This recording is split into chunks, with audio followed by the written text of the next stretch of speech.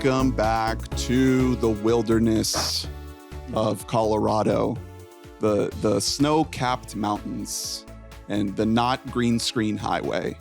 Yeah. For We Bought a Mic, a pop culture podcast, and our series, Good Mic Hunting, on the films of Mr. Robin Williams, actor, comedian, certified C license driver. Do you need a CDL? No. No? Drive an RV? No. They just let anyone. It's like a U-Haul. Yeah, you can just do I wouldn't that. have the confidence to do it. They just let any. Yeah, no, serious? I swear. Yeah, you can just go and just get an RV. Oh, all right. You I'll be might right have back. to like I'll be right go back, guys. get like a type B or C or something like that on your license or whatever. But like, you don't have to like. I mean, judging how he was driving, I that know. thing. Immediately after he gets it, he's just like, "Whoop! Let's do a 3-point turn in the Yeah, 2-lane road." epic dad, Robin Williams, for the film RV, the classic, the Zillennial classic. Welcome. My name's Ernest. My name is Hunt RV.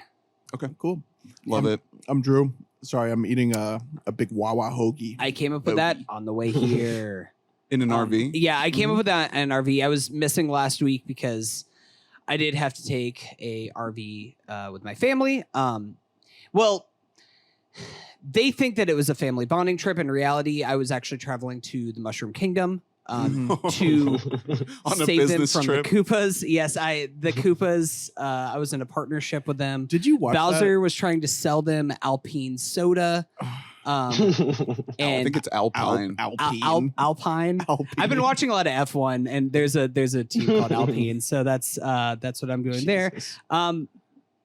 But it was all under the guise of actually saving my plumber brother from the Koopas. Okay, all right. Let's get. What's the point here? And we have a guest. Welcome back to the show, Stephen Baker. So glad to have you. So glad to be here for this familial classic with the boys, all in the same room, by the way, looking great over there. Snazzy. Yeah, look I at love you. seeing the unity. You got a Cali sunlight beaming through the window. Nice Lovely. camo I can hat. blind myself.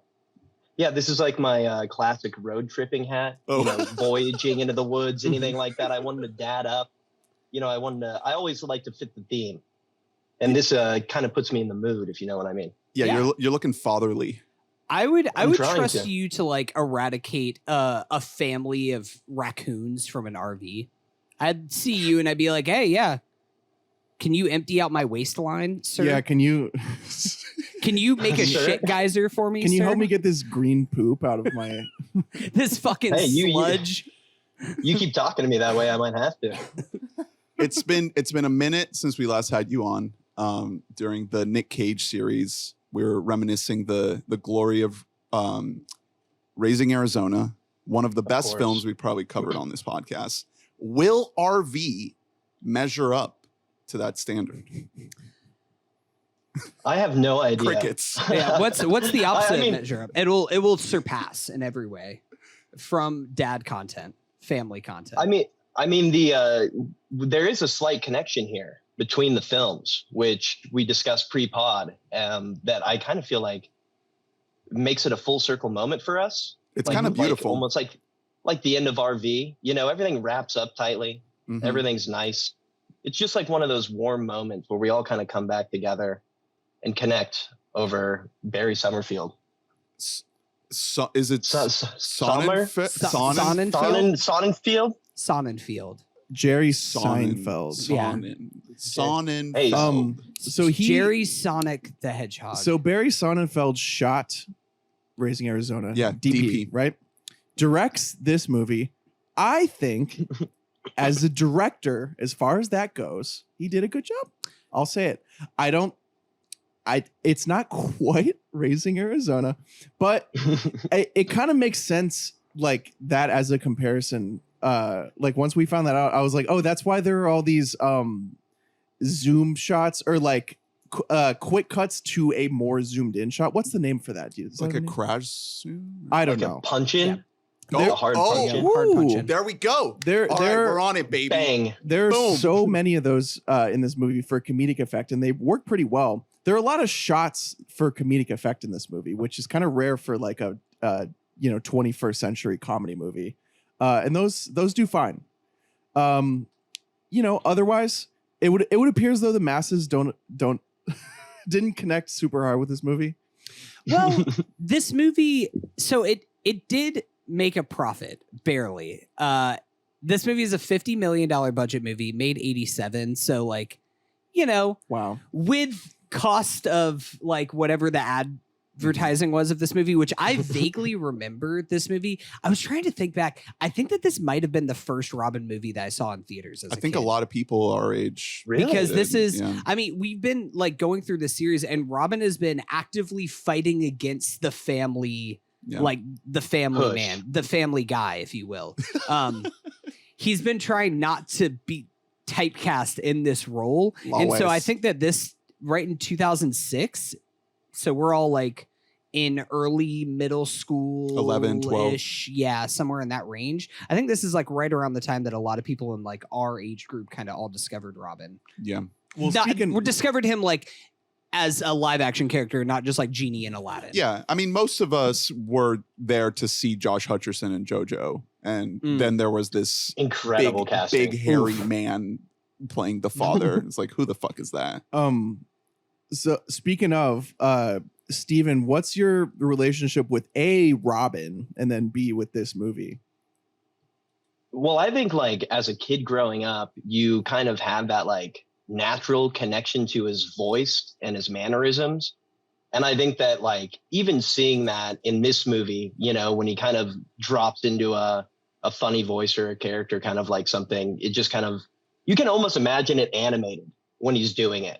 And I think that connection to like all of his animated films, on top of kind of like watching Jumanji 100 times as a kid as a rare VHS that like always stayed at my house.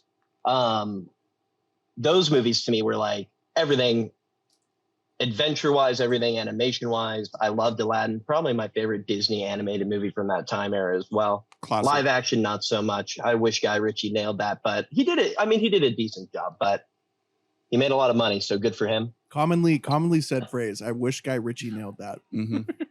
Yeah. He hasn't nailed one in a while since Madonna left him. Covenant. And then- Hey, Soon. Guy Ritchie's The Covenant coming to yeah. a theater near you soon. The absolute fucking balls on that It's asshole. just Guy Ritchie's everything. That is so fucking do you insane. think that he tried to tell Disney, like, can we make this Guy Ritchie's Aladdin? And they were like, no, Fuck we no. cannot. Sorry. that blew my mind. Also, what was the other? We were watching a bunch of trailers the other night, and there was one that said from a producer of Deadpool, of Top Gun Maverick. Yeah. Not from the producers. A producer? From It's just like a guy.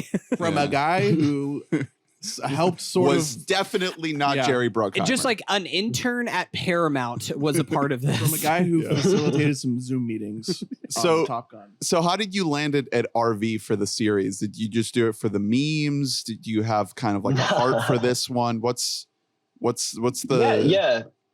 So I think like kind of linking back to like my childhood with Robin, like growing up with him and seeing his more like adult work, like seeing like Good Will Hunting, stuff like that, and just like seeing how well he encapsulates a character, to doing something like RV, which is such a romp. And my mom, I would go and stay with her. My parents got divorced. Such a funny story. Classic. This is like a dark Robin Williams film. But she only had 4 DVDs in her house. It was Under the Tuscan Sun, Mhm. Eat, Nice. Pray, Love, Wow. The Pacifier starring Vin Diesel. Yeah. If anyone Oh my remembers God. that classic. Classic. I've seen that movie so many fucking times. That'll be the next series that we do is the Vin series. And then she had RV. And then one she hid away from me, Smoking Aces, which is a whole different story. But RV was like the movie that I would like come over, watch, or just throw on in the background before we had Netflix, before we had anything like that, and just have a good time with. But obviously when you offer people to select a Robin Williams movie, I was like, no one is going to pick RV. I thought you guys were going to skip over it. I feel like if I didn't speak up for this would have been a bygone moment in Robin Williams' career. I think we need to see when he kind of steps below the movies he was selecting prior, and like also just maybe possibly taking that fucking paycheck, baby. No, you're So- Just you're dialing right. it in. You're right. You're speaking so many truths. I think that one of the biggest lessons we've learned from this series is that we should have skipped more movies. And so, in hindsight, this easily could have been one of the cut ones. But shout out to our sister podcast, the Zillennial Canon, Adam and Kira. They famously started their podcast with this movie. Mhm. This is the first movie wow. that they covered on the premise of, I'm bored, should we watch RV? Tone setter. And I also will say, don't worry, Steven. We were going to talk RV regardless, because I also have a story about RV. And it's one of the reasons why this is one of the first movies, if not the first Robin movie that I saw in theaters. And that's because I personally know two people who are in this movie, or at least I have met them. a couple I know. times. Yeah. Personally, no Um, is a bit of a. I'm Robin Williams and Cheryl homeboys Hines. with. I went to acting school with. Yeah. So two of the actors in this, Cheryl Hines and Tony Hale, are from Tallahassee, Florida, and both of them went to theater, Young Actors Theater, with my uncle. So my uncle kind of like grew up with both of them. He was really good friends with Tony Hale. I think Cheryl Hines is a little bit older, but I have met them a couple of times. And so because of that, I definitely would not have let us skip over this. Also, this is like, I don't want to encroach on the sister podcast of ours, but this is like classic Zillennial core. I mean, There's five many minutes things in. of this that are like, it's like high budget decom shit. Yeah. From like It is. Without the Robin Williams casting, it is a decom movie. it like down to like the RV getting stuck and you have to like jump back and forth to move. Or one of the things that like The I bike. wrote down was The weird bike, the fucking nerd bike. biking Stuntman. biking out of the water. Yeah. It's so insane. The water storm, like this like massive flood that then you step on a rock and it becomes a giant water slide for you to your that is location. insane. That is Some such like Goonie a shit. Disney Goonies. Uh-huh. Yeah, it's exactly. It's Well, just like that also, zany Buster Keaton the- shit. Like the thing that drives the whole plot into motion is the daughter's friend throwing a drink into Will Arnett's face, and the drink is just Nickelodeon slime. yeah, it's Yeah. just like green goo. yeah, and then Cheryl Hines faints. yeah. And then Like she- if you she's- if you have slime and then faint, you're automatically like Zillennial Yeah. It's pantheon. Just in the first 5 minutes of the movie, unheard of. Just out the I know. gate. I and when I was a kid, every time something wacky happened, I would look over at my mom like, "Come on, bitch, let's pass out." Oh, that wasn't crazy enough for you? I want to see you faint, Mom. We gotta talk about the fits that are in this Oh, movie. dude, are Josh Hutcherson. insane. What Oh, yeah. Josh Hutcherson is doing. I can see you It's- have a whole page of notes just on the fits. I do have a lot of notes that are on fits. Specifically, just Josh Hutcherson. That boy cannot stop lifting. He's just always No. out here just lifting his fucking weights. You gotta get a pump on, dude. He's so You cool. can't interrupt his lifting schedule. It's insane. Cassie's hair in this is like my sister 100%. My sister was 7 years older than me. Absolutely had this haircut in the year 2006, like Oh yeah. guaranteed. JoJo It's is good in this. Yeah. I thought Oh, she yeah. was. I thought that if I were to guess beforehand, like who held up, I would not guess JoJo. She didn't do much after this. Obviously, it's been well publicized her like battle with like the record companies, and I guess it was Disney who just like owned her. But my God, she has punchlines in this that work, and I was surprised. Hutcherson, I didn't have a doubt in my fucking head. Dude, That dude's kid- got that- heater Yeah. after heater. That kid's a baller. He has. They make really great use of his like resting like stupid face in this movie.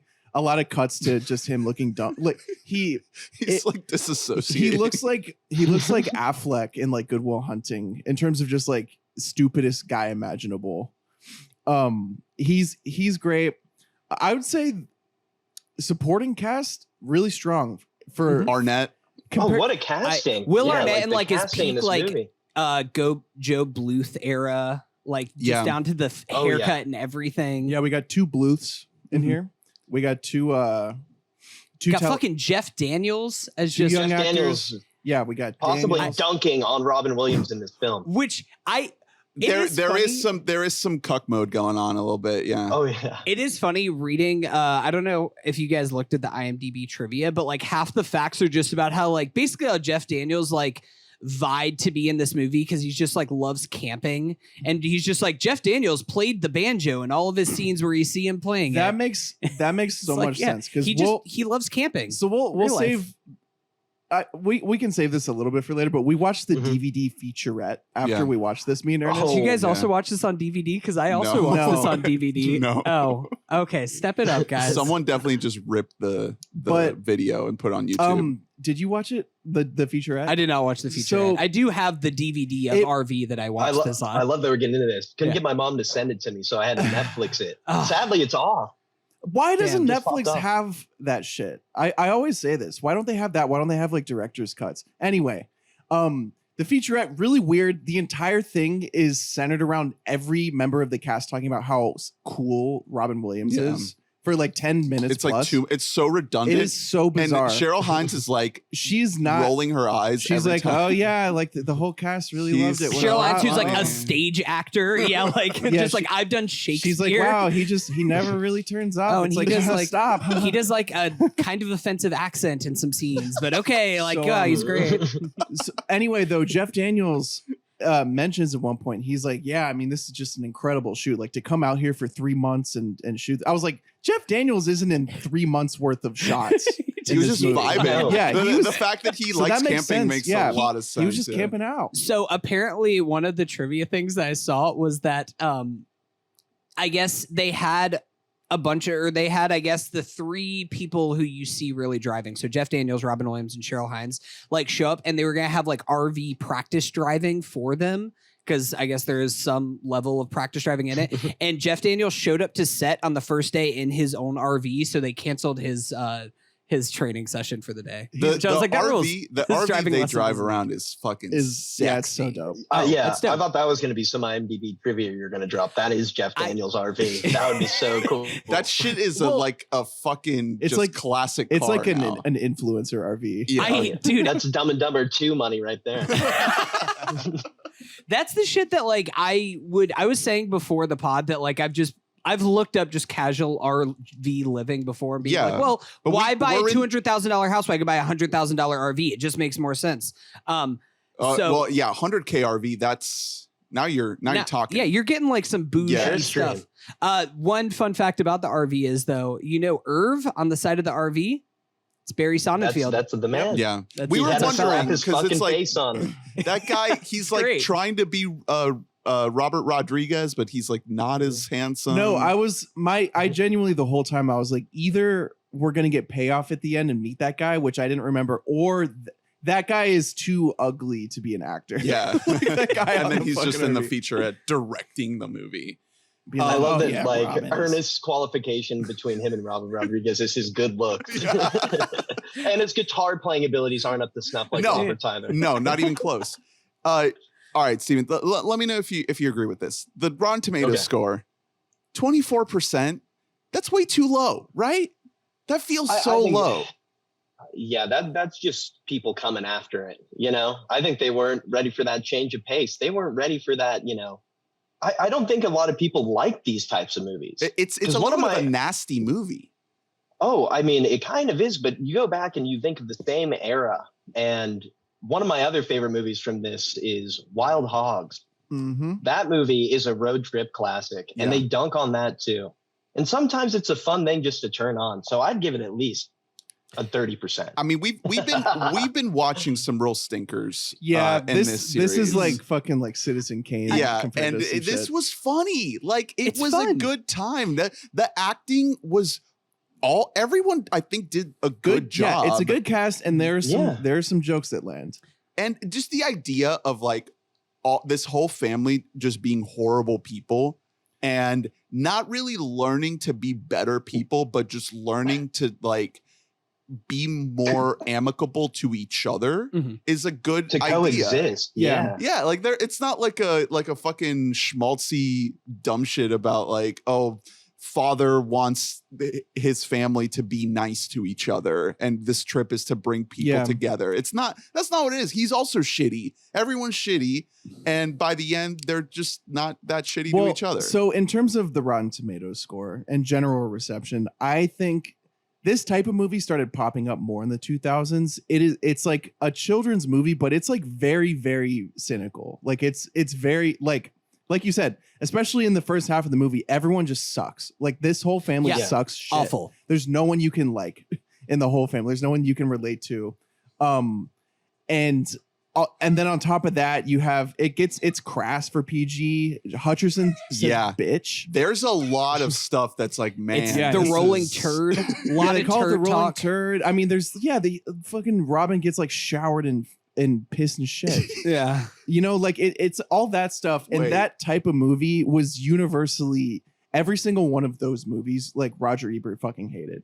And he gave this one 2 stars. He did not like. Which, Raj. but like, and his headline, National Buffoon's Vacation. that doesn't work because lampoon is also like a silly word. Like, but buffoon, like listen, by 06, Raj is kind of off of his A game here. Okay, all right, like we're getting to the end of Raj. He's stage 4. This might have sent him to stage 5. Yeah. But you're right. Like this movie, I mean, one, fuck the Razzies. They should be blasted into the sun because they're the worst organization that we have. But like this movie, like it won worst excuse for family entertainment, and Kristin Chenoweth was nominated for worst supporting actress. What? That sucks. What are you talking about? Kristin Chenoweth is fun in this movie. Her things are thinging. Her things are thinging. That's what I was about to say. I don't remember a PG movie with those things in them. Listen, you know what I mean? there are so many things in this movie that I will say, blowing in the wind. I mean, I don't like theater kids, but you know what I mean? I can make an exception. I said this to Guy while we were watching it, but like Barry's taking some liberties with some of the angles here. Like there's no reason for him to use some of the angles that he's using unless he's trying to show off them things. And listen, that's all there is to it. I like the nasty movie. I like the arc of Jeff Daniels' son falling in love with JoJo, and then especially of little Josh falling in love with that busted ass little girl. Christ. Here's what I want to do. I want to go in a time machine and go up to all the families that are walking out of the theater in this movie in 2006. All the parents that took their kids thinking that this would be fun family entertainment and just walk out within the first half hour. I want to go up to all of them and be like, stick around. You don't know what's coming. This family. You don't know how much you are going too long for a movie like this. Everything is going to become so sanitized. There's no family entertainment. Family films don't get made anymore. Will disappear. Yeah. You will see Ant-Man and the Wasp: Quantumania and want to taste the teat of the shit tube of this RV. Please. Go back. There's no piss or shit in Mario. Yeah. And they're plumbers. Really? Are you sure? Oh man, that's a bummer. No, you're definitely right about that. It also, I think speaking toward the, I kind of want to go against what I said earlier a little bit, because especially later on in the movie, I really, when I was a kid especially, I didn't like movies that started like this, where you don't even get a taste of like the good life in the beginning. It's just pure bad. And then by the end that things will be okay, but you're just like slowly waiting. Yeah. But god damn it though, like halfway through this movie, once they start bonding, I was like, oh fuck, this rocks. Like, because that's when I saw a decent amount of my family in this family of they're all like misanthropes, you know. They don't when they're avoiding the other family. That was some shit that my family would do if we ran into some people we didn't like in public. You know, we'd all be like, oh fuck, fuck. Oh my god, you guys. But then just like, yeah, and just like the general, like, I don't know. In the beginning, it's just too harsh. There's too much hate in their hearts. So like they cannot stand Robin Williams, and it's evidently so bad for him that he feels the need to hide the fact that he needs to work to make money for them to live. That whole part is like insane about these kids just being the worst. But then you do see the way that Robin and Cheryl Hines act around the other family. So it's like, oh, this is all just an awful family. Like the kids are breeding off of the energy of their parents here. They let Hutcherson get whatever clothes he wants at the mall.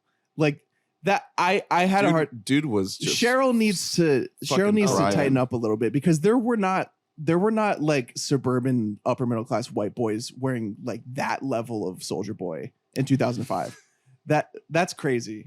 I don't know. Maybe the man had a workout set in his room. They were both being treated well. This is like one of those early movies too, where like it shows a kid kind of like sucked into technology with like JoJo constantly being messaging and everything too. Ahead of its time. And you see the disconnect between like Robin and her, and like just her from everything except all the shit she's learning about online. And I think that was like an interesting like take on the kids as well. I mean, Hutcherson is just trying to get his pump on, which we all were hopefully at that age. Don't interrupt the weight training schedule. Yeah. Dude, can't disrupt it. Dad, you're boiling my vibe. You think he went method for that? I think that movie stunted Josh's growth. Yeah. I think he went full-blown torque mode in there. Robin does tell him that like working out more will cause him to get taller. Like the height is an issue for the character. That's not true. I have working out when you're really young makes you. And Robin is short. Like I don't think he was a tall guy. Yeah. No, they play him like he's like 6'3" in this thing. That whole sequence, I have a lot of thoughts about that specific sequence where he encounters the other like basketball players. Yeah, and he just like does AAV at them until they run away. Yeah, I love how they decided to, instead of putting a person of color in that role, put 3 other white dudes. Says then Josh isn't racist for like acting the way that he's acting. They're all racist. And Robin can do his little black speak, which is not great, but you know, there's a couple of those in Robin's filmography. But I do love after that, whenever his son like they like walk away, like get the bullies out of there and everything, and Robin goes up to him as they're walking away. It's just like, it appears to me we haven't had a seventh heaven type speech with each other in a while, son. And at the time that was very topical in 2006. Everyone was like, oh, this is the type of movie that like I think we watched it like on demand as a family, and I think my dad thought it was like a hoot because he was like, worth the $7. He's like, yeah, we all, I want to kill myself too. I don't know.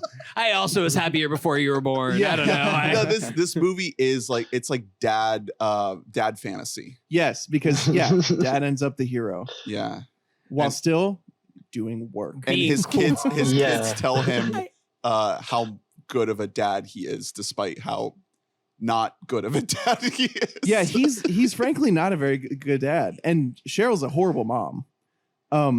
They also they work as a couple. I said this to Ernest while we were watching. They work as a couple because they both look like different species of monkey. Yeah.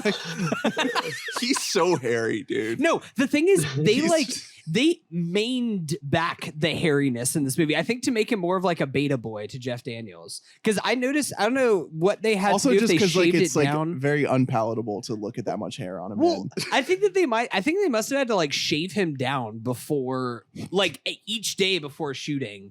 Oh, but it was probably to not get all that shit off of him. His shirt collars is so tight around him, so you can't see the chest hair buffing out. Because otherwise, the whole thing of like him being the beta cuck to Jeff Daniels, it doesn't work if you see like big old hairy monkey man. Yeah, sexy chest. Yeah. Are we gonna carve out like a solid 20 for the shit scene or what? Like, I am ready for. Can we for do shit, frame by frame? Yeah. So the kid said they wanted to go to like go see Yellowstone on the way home, but they saw Old Faithful. So like, what's the point? In my memory, I thought this was like the big third act moment, and it happened. I know you're like, oh, we're already getting to the piss and shit, huh?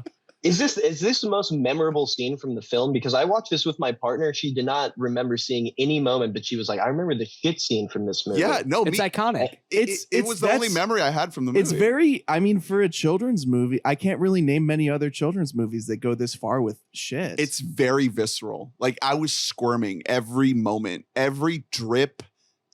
Yeah, this is worse than Bridesmaids. I mean, this is like, it really is. No one's talking about this. It's really brutal. Watching it, it was like there were definitely several like discussions with like the production design about like what color to make it, because if it was like super dark, I think that would make it like a PG-13 movie. I was wondering that. It was those dark brown It's shit. worse. It's I know. so green. Theoretically, yeah, the fact that it's green been makes sitting there. me like smell it more vividly. Ugh. But you can't do that. Like they were like make it like light. It does make sense. It's but so visceral. It's and it does, it works. So he's approached by these fucking hicks who help him out. One of the hicks is Matthew Gray Gubler from Criminal Minds. Which is crazy. Yeah, I love that you gave him the Criminal Minds plug. I guess that is his biggest, like... What were you going to I give? honestly don't know His from anything 10 else. minutes and 500 days of summer. Oh, Facts. yeah, The Friend. Nice. Wow. He gives that beautiful speech, his little monologue. Ooh. That's He a good was pull. Like, and that's why I love her. He was the king of the motherfucking world back then. Oh, yeah. He was Might coming. still be on CBS. I know. Oh, that's that the thing dude is is playing those paid. reruns. Yeah, he's worth like 9 figures by now, probably. You guys, you can't take him to a retirement home. They'd rip him apart. Oh my god. Okay, I wanted to go back to our director guy Barry Sonnenfeld real quick because I was perusing his IMDb, and like the first incredible work. The Yeah, first yeah. line of his career paragraph is he began working on pornographic films Let's go. before King starting shit. work as a DP. And on now the- he casts his daughter in movies. really. Chloe Sonnet. So Moon, the girl Moon? Pretty sure No. that's his daughter. Yeah, no, who's in this movie. Okay. The daughter who Josh Hutcherson has the hots for. Oh wow. Wow. Yeah. Fucking Nepo. So baby. when did he stop working on pornographic films? Because Hopefully before making RV. yeah, because we're threading on some mighty thin ice right now. I think It might have been after Wild Wild West. He had to start doing that. Yeah. Well, that's why I wanted to bring I it up. think he had to because- go back to porn after Wild Wild Yeah. West to like Yeah, that's what I revitalize his mean, yeah. career. Yeah. So like we mentioned before, he has this DP career that is awesome. yeah. Awesome. He was also a director of photography. Yeah. Okay. All right. There we go. Whoa. Come on now. No. He he starts with the Coens like from the jump, like, which I think is Blood sort of Simple. seems like it's sort of a golden ticket for him, TBH, because he started his first DP role was like 2 years before that, and then they give him Blood Simple, and then Raising Arizona. and then he links up with Reiner during like peak fucking Reiner. Yeah, like, he does best big Reiner. When Harry Met Sally, then back to Cohen's with Miller's Crossing, and then he does Misery. And that's the last DP career or credit that he has. And then he does Addams Family Values, Get Shorty, and Men in Black, which I think Men in Black is one of the great movies. Like the energy that movie captures is absolutely singular. There's no other movie like it. I mean, obviously there's been movies that have tried to emulate it, but to me, that's like one of those kind of lightning in a bottle kind of movies. So, I think that no matter how jagged this guy's career might be before and after, he gets a gold star for Men in Black. And he did all of them. Like all of the sequels of all the movies he Yeah, did. Too. except It's a for hard thing to like hold on to. I know it's not maybe beneficial to him, but Well, it's he hard to dropped get out. the rights to do all of them. He dropped off after 3. He didn't make whatever the fucking was that came out in like International. 2019 or Yeah, whatever. Chris Hemsworth. International. Yeah. I that thought he did do it. I thought it said on. He Did he probably not? has like EP. like some kind of EP. Yeah, stuff on they there. just Oh, okay, pay him. yeah, They yeah. just send him a check for it. Men in Black 2. Well, That movie's bad, but that's like a movie that I've seen 100 times because of the year in which it came out. And so he growing up, also but- does Wild Wild West, which is an atrocious movie. another movie that I've seen like 100 times. Definitely have the VHS for it somewhere at my house. Wicka Wicka Wild Wild West. Big Trouble. What is Big Trouble? I don't know what that is. Tim Allen. That's a Tim Allen like romp. Like I think it's like a gangster adjacent movie, kind of like Get Shorty. Oh, gotcha. Then Men in Black 2, then RV. So, I mean, there were some moments during RV where I was definitely like, okay, yeah, this is the guy who made Men in Black. Like extremely watered down, definitely not even close to being the same energy, but you can see traces of it. Then he does Men in Black 3, and then 9 Lives, guys. 9 Lives Brother. with the cat. That's the Kevin Spacey movie came out. That movie came out like a month after all the Kevin Spacey shit. As the shit was hitting shit was actively hitting the fan. Yeah. It was like 9 Lives, the new K-Space film where he plays like a mean cat. I also am contractually obligated to mention that he did direct Lee Pace. Oh, Pushing Daisies? Yeah, Pushing Daisies. I still have never seen that. No, I was going to say he directed a series of unfortunate events. Really? For Netflix. One of the most shitty looking shows I've ever seen in my life. Yeah. Ernie, you want to defend it? I signed an NDA as part of the official fan club, and I can't comment. Anyone who watched it, they made sign an NDA. But the other director of that series was Bo Welch of The Cat in the Hat. Oh. So, you combine Barry Sonnenfeld and Bo Welch, From and you get the best minds looking... of Barry Sonnenfeld and Bo Welch. Well, you know who should have played motherfucking the guy is motherfucking Robin. You know what I mean? Not NBH. Oh, Count Olaf? Yeah, whatever his name is. I almost called him Lemony Snicket. I mean, no, Jim Carrey was goated. Yeah. He was fucking fully goated with that shit. So yeah, Barry, he comes in, he does his thing. I think he is low key like one of the best sort of the directors that are really good that never quite sort of reach that next layer household of the name crust. level. Yeah, exactly. Like he'll never be like I don't know, like a James Mangold. I don't know. That household name, James Mangold. It's funny. I think of Barry Sonnenfeld in the same vein as like Barry Levinson, my two Barrys together. As like Barry Levinson is like one of my favorite guys, but I don't think he ever really hit that like extra level. Like he made Rain Man, made Good Morning Vietnam, made fucking Toys. Man of the Year, dude. Toys. Man of the Year. Which we're getting to. But he never actually like really crossed over into that Not top many do. echelon tier. I did also want to say that on the Wikipedia for RV, it says that it's also known as Runaway Vacation. Oh. So that's There how we you go. market a Should movie. it have been RV : Runaway Vacation? I mean, maybe Is the that a better, worse SEO title? would have been fucking better. I just searched RV. Guess what came up? Guess. Not the movie. You can look it up on YouTube. You try to even find a clip, and it's just dudes vlogging their RVs. Yeah. And then you search RV movie and fucking Nomadland pops up. Oh yeah, I mean- did log this movie on Letterboxd, and my review was pre-recession Nomadland. Felt pretty proud of that one That's pretty good. That's facts. because I mean, things were simpler back then, pre-08. You could just Oh, yeah. you could just drive around an RV and smile. You didn't have to have the weight of society on you.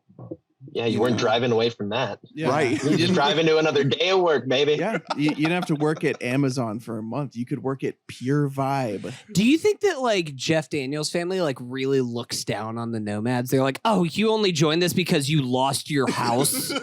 Fucking idiot. I was born into this life, okay? Yeah.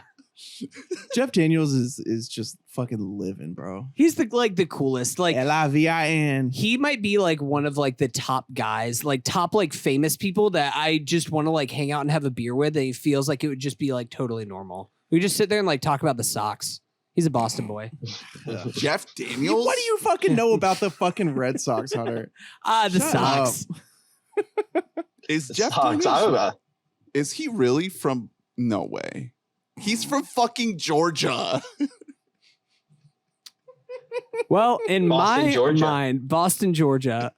Mm-hmm. He was Right he- next to Augusta. He was not even close. He's really good in this. He has some really good takes where it's almost It's like camp. yeah, what did we say it was? It was like they came together adjacent. It's camp, but more like glamp with that fucking thing they're staying in, By Boston, I meant Athens, Georgia, which we can sit there and talk about the dogs. Okay. And the dogs and the dogs wear socks. Why do you feel the need to prove that you would have something to speak about with him? Just because I just feel like we just hang out. I think we'd pal around. We'd be friends. Me and Jeff could hang out. I've always said this about you and him. Yeah, that me and Jeff have like very similar energy. I would talk to him about how America is the 49th best country in education in the world. Yeah, he's like, yeah, all our people are dying. Our kids are stupid as fuck. You know why? We're not friends anymore. We're not good neighbors to each other. When no one, you go next door for a cup of sugar, you get shot. People these days, everyone's so into their phones. That's a stupid fucking show, everybody. Anyway, getting back to the plot of this, if we're going back to the very beginning and like a true issue I could not buy into the fact that he truly felt the need to hide the fact that he's doing work from his family. It's so insane because it's partially his daughter's fucking fault because of her bitch ass friend. Like fucking Gretchen. Her PETA ass friend. 2006 was like we were talking. PETA was villain coded. And liking the environment was pure villain coded. Also during the movie, when Will Arnett used hand sanitizer and Ernest was like, why is hand sanitizer villain coded? Which is very true. It's never used positively. Will Arnett is like the boss is probably like one of his better roles too. And So they really good do. at it. He shoots the hell out of all of those office scenes for just being a desk Robin Williams and Will Arnett. Mm-hmm. You really get like A pure the asshole. dominating pure asshole. You can't root for that guy at all. Have you seen G-Force? He's good Man, as a I goon. can't remember every time I took mushrooms, man. You know what I mean? You may have seen it without putting it on if you took mushrooms because it's Wait, that what's type the- of. You like took mushrooms and then went to Petco and you're like, damn, these are like some secret agents or something. I don't know what's going on here. what's the cage? I think I wrote the script for it, looked it up, and said, "Damn, they already did it." Yeah. You're What's like, the damn, the Cage fat one is quote? Jon Favreau and everything. Fuck. Where he's like, come on. Favreau's in that? Yeah. Yeah, he is.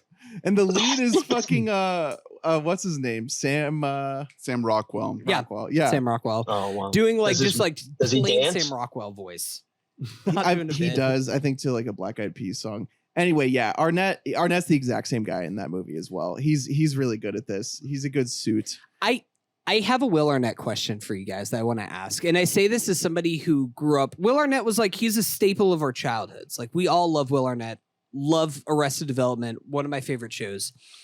Have we reached Will Arnett saturation at this point? And should we In 2006? No, in 2023. No. And should Oh, we 100%. I think so. I think that I watch the NBA. You see all those commercials he's doing. He's a voice actor now. the thing is, I watched the Lego Masters show with Will Arnett, and I was like, I want Will Arnett to knock it the fuck off, is what my takeaway was for that. That's your own fault.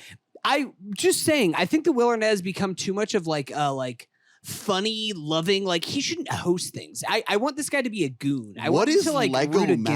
Masters? It's literally a fucking Lego show. It's a reality show where they build Legos, Ernie. Yeah, That Ernie. sounds perfect It's like for cake. Will Arnett. It's like, but I think he's becoming just a voice. And that's the I want problem. him to do bits. I want him to be like intimidating Will Arnett again, or You get you it. know, I do, Okay. do There's too something much. in movies. There's too much Will Arnett in the market. I think I- Will Arnett is like, you don't want too much Will Arnett. I love shrimp. If I eat shrimp every single day of my life, then I'm gonna feel sick. Well, okay, like I can't. He's had like sort of a 2-hump career Oh yeah. that didn't have a peak either time. Like he is. It's like the before Amy Poehler and after Amy Poehler. Yeah, seriously. Like And he's like a genuine, I'd say he's like a genuine B-lister probably. He's generally liked, but if you ask him, he's talked about this before. He came up sort of in comedy, like sketch, in the same crop of people that all got SNL. And like he's always said, in another world, he just was one. He was on the, like, if he had gotten SNL, he would have been on the best cast of SNL like ever. And everyone on that cast, you had like a 60% chance of becoming a movie star for at least a few years. So yeah, he was like very unfulfilled, and now he's having this sort of second go where he's set for fucking life, post like Bojack and everything. I hope so. I mean, we've learned that maybe Netflix doesn't pay They're people enough. But I mean, in terms of talent, like he's never bad. Oh no, yeah. No. That's not what I'm getting at here. I love, and Bojack is a perfect example of like that is like capturing Will Arnett's essence at his finest. I actually think that Bojack is his best performance in anything, even though it is just a voice Batman. acting. He's so good in Lego Batman. He's like, I think he's amazing. Lego as Batman Joe Bluth. rules. Joe Bluth rules. Oh, He has Bluth, great of stuff. course. I don't like him doing like Nicole Byer hosting type derogatory. I don't want him getting those. Tell me about four-wheel drive and shit yeah, like I that too. I don't want him on every Dodge commercial What that are I'm you seeing. guys watching? It's NBA. We're watching the NBA. The NBA. We're watching sports on occasion. And the sports, it's just the same What? 8 commercials. You know, So you're hating on a guy making a living? That's the one thing I Him would. and John Cena, man, cut it out. You have enough, okay? John Hamm Yeah, too that's what I'm saying. with the voice work. John Hamm is Well, just that's just always sad. available. He's the That's voice just- of that's the voice just of a cry for help. Mercedes. Like, how can a man so handsome be so Yeah. strapped for that's cash? the difference. I think that's the difference here. Is like eventually, like you don't want to look at Will Arnett anymore. Eventually, you're like, I don't want to look at that guy anymore. John Hamm, you're like, nah, I'd like to keep looking at that. Well, speaking of looking at him, I got his Wikipedia pulled up. I just gotta hold on a second. Like the pictures that are on his Wikipedia page, like who chose this? Is it like peak alcoholism face era? Oh wait, it didn't share to that screen. That photo does kind of like 2008 Tribeca. capture Will Arnett pretty well, though. Where is it? When it comes to his acting chops, he's just always playing that same like. It's rare that he mixes it up, but I appreciate when he does. Okay, Yeah. okay. I got to get it on this screen. Okay. Oh, Yeah, that's not boy. great. Oh my god! Oh yeah. Woo!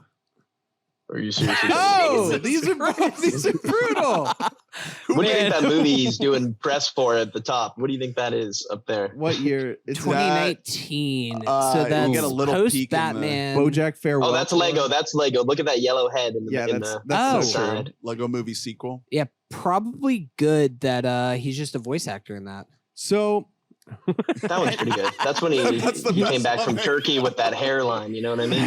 Honestly, he looks good with a goatee. I think it's Probably because good. he's good as like an evil goon that you're like, yeah, no, fuck it, give him a goatee.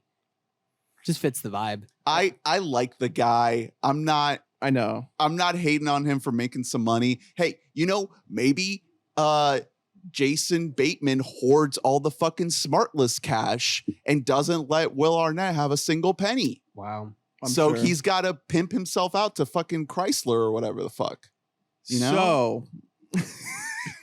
So I didn't believe that he would hide the fact that he was working from. So I did want to ask.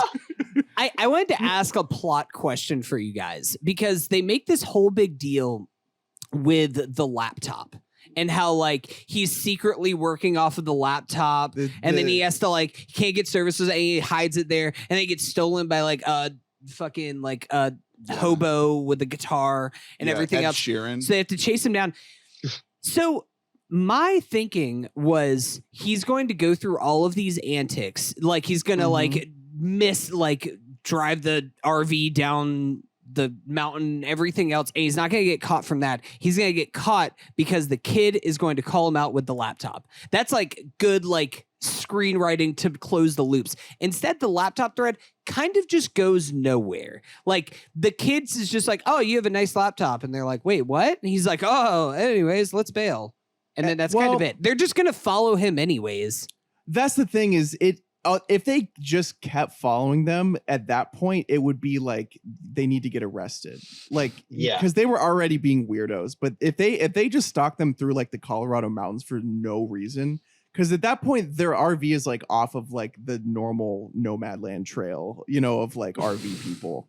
They're like on like a hiking trail. So taking the RV. You are correct, however. Like the whole time I was like, oh, this will be the, this is the MacGuffin. This is what's gonna bust his ass. Is they're gonna be like, hey, we found your laptop. Right.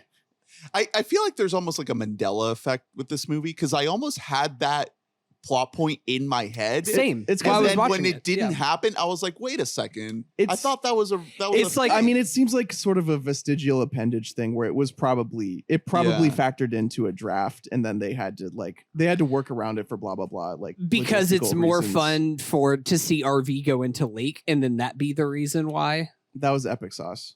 That I is, love that. Yeah, it is. but like you it's still can literally have just, both like- of those things. Yeah, because because at the same time. it's literally just like he slips up and he's like, "How am I gonna get to the big meeting? Work." Whoa! Yeah. So-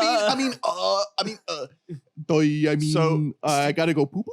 Steven, did you have a Mandela effect when Kristin Chenoweth and Jeff Daniels didn't try to go full swinger mode? Bro, I thought it was happening. I I thought thought there they were was going to totally offer a- dinner and he was going to try to slide her that Daniel sausage. You know what I mean? I Yeah. was like, the kids are going to go play and the parents are going to I play. swear to God, is this in like We're the Millers or something? It must be. Is there like a swinger thing? I don't know. They try to fuck that kid with a tattoo. I don't know. I don't remember that movie that much. Me Yeah, neither. but I had a memory that like Chenoweth and Daniels, I had no memory of them being in this movie, but when I saw them, it all started to click. And I was like, they definitely like try to get Yes. sleepy, sensual mode. There's very easy way that we could make this PG-13, and in can make that this draft, R. you could just take that. You could take these ideas right here that we're saying. Because I mean, Robin does say like, "Oh, she make a job just staying here, like doing what, hooking?" Dude, I screamed. I screamed. That was honestly, that's like a great Robin being a fucking asshole, being like Robin being a piece of shit. Dude. And that plays into like in a normal script, like he would be like the affable dad who's like trying to bring his whole family together, and he's truly like means well, but this guy sucks. Yeah, He's fucking around. He keeps on saying the dumbest shit of all time. I do have questions about that family because they are just like, we're like, turns out we're all actually really smart. We all go to Stanford and everything else. They have to have better social awareness than this. Like I don't know, is it like a point of denial that they're just like not accepting that somebody doesn't want to hang out with them? Or I think that do they just have homeschool kidism? I think that the kids are homeschooled, so like, they don't have any social all bets are skills. off with them. I think that Chenoweth is just like sort of fucking nuts. Like, you know, she's a pyramid scheme lady. Like you know what I mean? So Yeah. At the end, Daniels is like, well, you know, we know we're not everyone's cup of tea or whatever, but like she's like out of her fucking mind. His face during that final sequence when Robin is like, these Giving the people are speech. annoying and we hated them. He's just like he's like grunting in the background. Actually, He gives the exact, you said this, the exact Max Greenfield and They Came Together. yeah. Hey, bro. There's a few they came together. Hey, one more thing, Dad. Yeah. Thanks. So it's so yeah. That movie more than anything captured the way that movies try to wrap everything up very Yeah. neatly at the end, even when it doesn't make sense, which this movie very much does. Have you seen it, Steven? They came together. Yeah, that's a Showalter Yeah. banger, right? Yep. David Wayne. Yeah. David Wayne. Yeah. And well, I think. Co-written by Showalter. Yeah. That's. Yeah. It's the Stella Boys having a romp. I think that's like And it's Paul Rudd and Amy Poehler, right? Uh-huh. Will Arnett's ex-wife. Uh-huh. we need to Oh. figure. Oh man, you're right. The connective tissue. Arnett. Arnett is in that, right? No. Yeah. No, he plays the. No, he's not. He's not in that. No, movie. he's not. No, I'm thinking of a different guy who played the boss friend. Chris Maloney. Yeah. The god. I would oh god. I would watch him in any movie. Chris Maloney is a classic guy who Who just like shot- should be an A-lister, but he's just too weird. He just won't submit to the his Hollywood hairline is scheme. just too up there. And also he just got a little bit too paid by SVU. Yeah. And there was one point where him Oh, and yeah. Mariska were getting like I think $1 million an episode for SVU Damn. for like 5-6 years straight. Live and, your life. and he King. walked. He was like, you know what? I'm gonna go make like a weird sci-fi network show with like Patton Oswalt. It's like, yeah, go. How's that going? You know, I think he's happy. Good. I think he's really happy.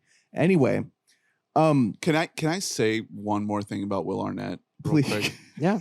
If you look up Arnett, They Came Together, the first picture that comes up is Amy Poehler with Paul Rudd on the set of They Came Together getting married. It's the first image. Wow. So, Man, tough beat. You know, she dated Nick Kroll for a couple of years too. oh, dude, Dreamboat. baby, This is baby. That's a tough. Will Arnett could play Waluigi in that new Mario I can see it. epic universe. Put him in there. Put him in there. Well, he's already in the Illumination family. He was in Rise of Gru. Get the fuck out. So whenever Here we the go. portals open up with the Illumination networks, that's gonna be a little bit difficult for him to voice two different people. We did forget to mention that he did replace Armie Hammer in Next Goal Wins. So Did we forget to mention that? Fuck. Oh Edit man, that it's back. you mentioned that now already. Edit that back in. we Can you could dump be this looking. over? We could be looking at an Oscar run for Will. Man, Ed, just as I said that I've reached will saturation, I now have to walk this all Mhm. back. Can you actually clip that like 22 minutes that we had in this podcast? I'm having a hard time imagining a character that is played similarly By Armie Hammer, and it's Yeah. like, who can we get for this? How about, Will how about Arnett. Arnett.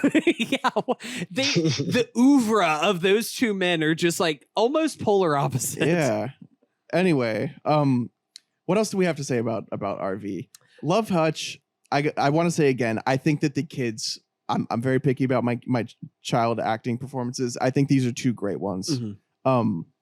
JoJo, like I said, a surprise hit, and then she gets the little the credits singing solo.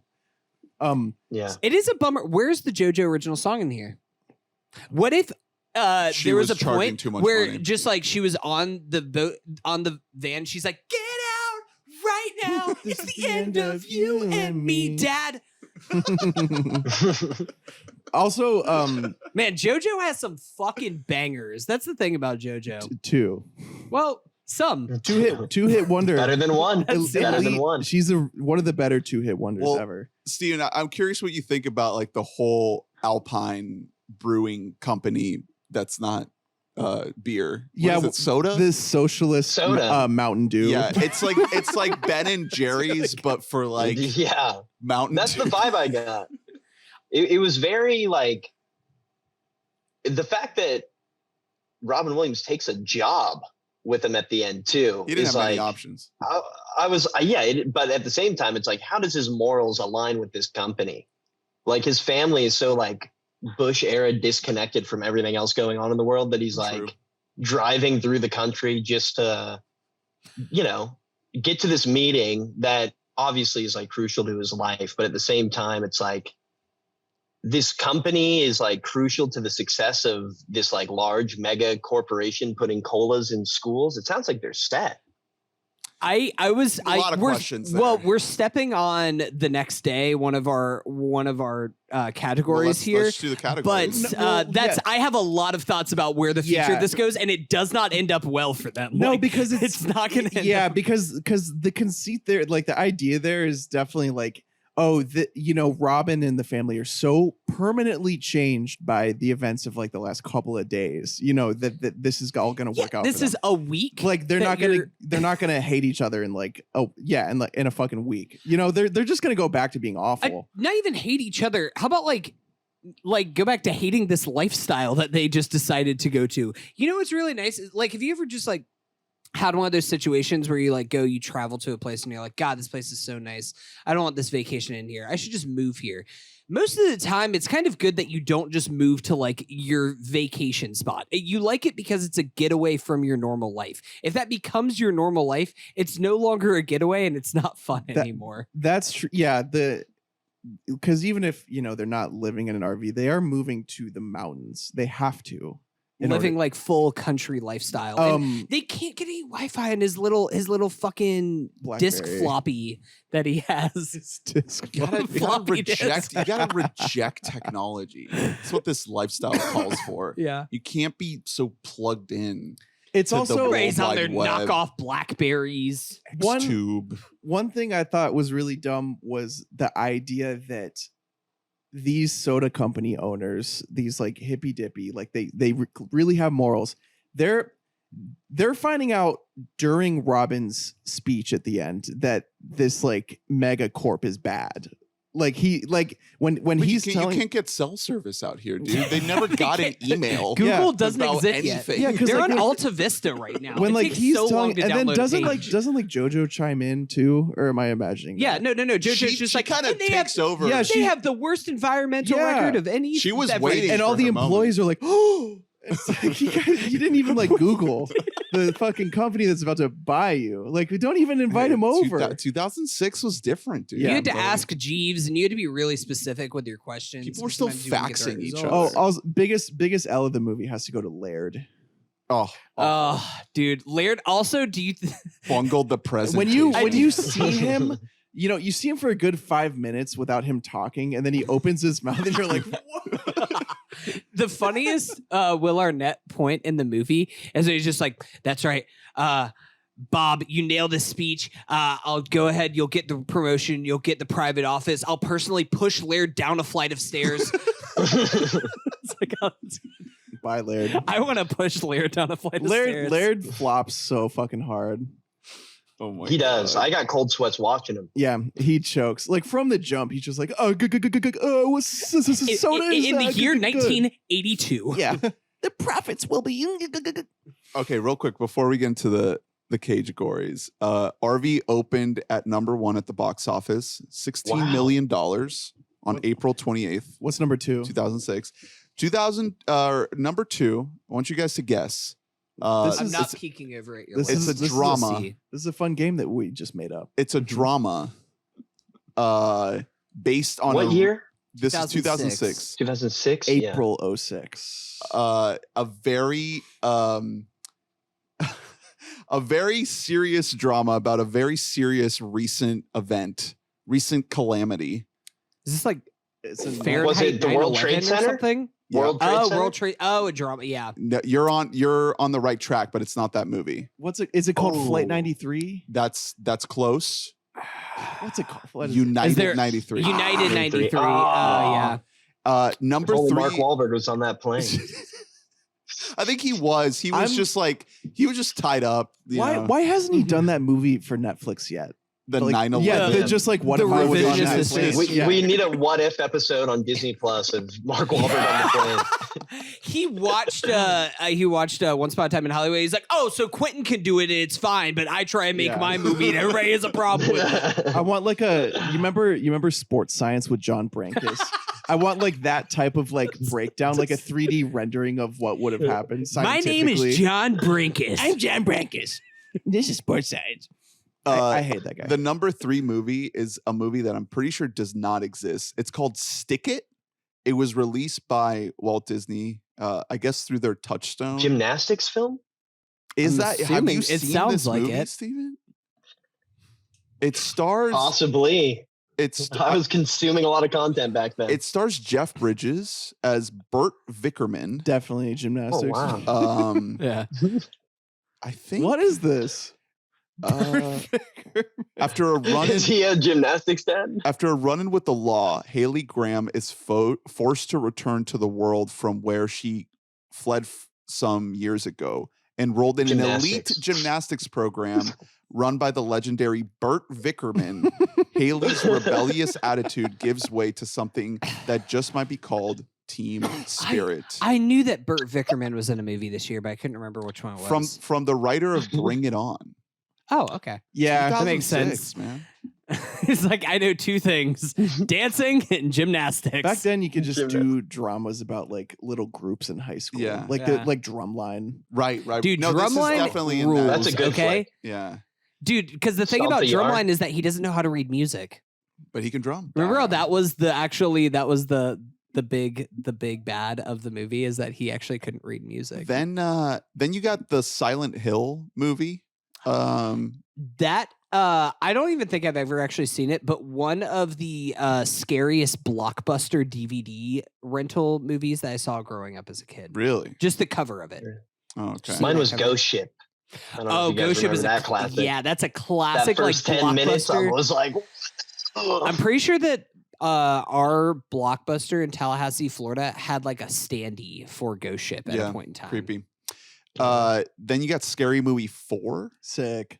Which one that's is the the Dr. fourth Phil one? Shack one. Oh, Yeah. okay. Number Nice. 3 is the best one. in my three is opinion. That's the Signs three one, is right? So good. Yeah, Charlie Sheen Signs and War Simon of the Rex. Worlds. Yeah, there you Dirt go. Nasty. That is a crazy. great movie. When he cocks the shotgun or the shovel, that was like roll on the ground comedy for me. the hat. Anthony scene, Anderson, too. early Kevin Hart. The scene where the legendary. hat gets bigger every shot. Oh yeah. That's a great movie. And then that guy made The Last of Us. Cgood for him. Yeah. Craig Mazin, baby. What an that's incredible right. career. Man, He's love gotta- Craig Mazin, He our needs guy. to bring Simon Rex into the fold and see. Dude, Dude. let's go. Please. That'd be Simon so Rex is just like, he's out here just having sex with everyone in the Mhm. apocalypse. He has Dude. his own little like disgusting family that he's breeding. Simon Rex could play like a nasty fucker in The Last of Us. I'm just saying, like, yeah. all right. Then you have a movie called The Sentinel. Yo, I have seen this movie. With I know Because- you've watched every Kiefer Sutherland movie. Okay, so in 2006, I am fully in my Kiefer zone. At Jesus this point, I Christ. would watch. I can't Okay, believe so you fun that you fact didn't me- join the army. I've watched every season of 24. 24 was like my favorite show Hunter was when I was obs- 13. when I met you, you still loved it. I wanted to, the first day I met you and you became part of a friend group, I was like, can we fucking waterboard this Yeah. kid or what? You're like, Like, I want to torture, I want to peel his fingernails off. You're like, we gotta vet this kid. Yeah. 24 is a very important show to me, and it probably It led you to watch The Sentinel. led me to watch The Sentinel. Is it Douglas is in that Michael movie Douglas too? Yeah, and Michael Kiefer. Douglas is in it Yeah. too. Okay, yeah.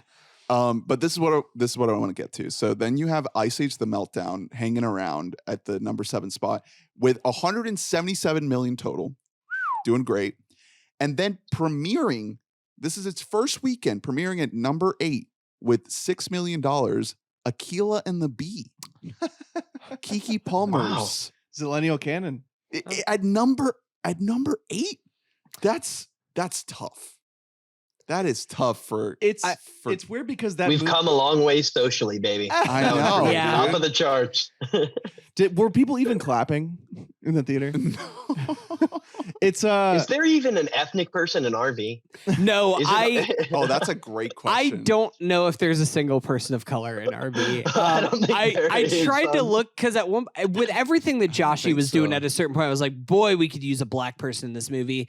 And Just then setting straight, I thought that was going to be the big turn. Is like he was going to get to an RV camp. Someone was going to be there and be like, "You can't be doing this, kid." no, instead he just found 3 other older white Yeah. dudes who were doing the same thing, but kind of worse because No, they should have known better. I think the darkest person in RV is just Robin Williams covered in shit. yeah. it's not. How much Oh, you want? brother. The only POC in it is Barry Sonnenfeld because he's Jewish. Like, that's like the farthest that they go. And they only use his image. Or JoJo because she's Latina coded. Sure. Her fucking music videos, absolutely. You can't even argue with it. Anyway, Categories. please. The first category is the best Robinism. So what is the one moment in this movie that Robin sort of Do you have something written blossoms here, Hunter? into his Um, most Robin? Well, I do have a couple of quotes before that kind of tie into the Robinism somewhat as like some nominees. I have, I think, a winner in my head that doesn't tie into this specifically, but a couple of quotes I wanted to call out. The first one is leading up to the poop scene, to the shit geyser. Josh Hutcherson is just like, "Dad, can I come?" And he says, "Not only can you come, you can dump the sewage." He's like, "Really?" He's like, "Oh yeah, it's gonna be a regular Field of Dreams moment for us, buddy." They do play catch a lot. That's a good line. Also at the very end, whenever he's giving the big speech, he says, "Whenever I see a big white man pick up a banjo, my cheeks tighten." Yeah. Yeah. That's a Rape- great- that's good. That's Quick good. rape joke. Oh my Um, god. A deliverance joke, if anything. Yeah. I know. Yeah. A lot of movie references in this movie. Yeah, there's a Seventh Heaven joke, which I Yeah. Field of shouted Dreams, earlier. Deliverance. Field of Dreams. Is it the shit geyser? Is that the Robin moment?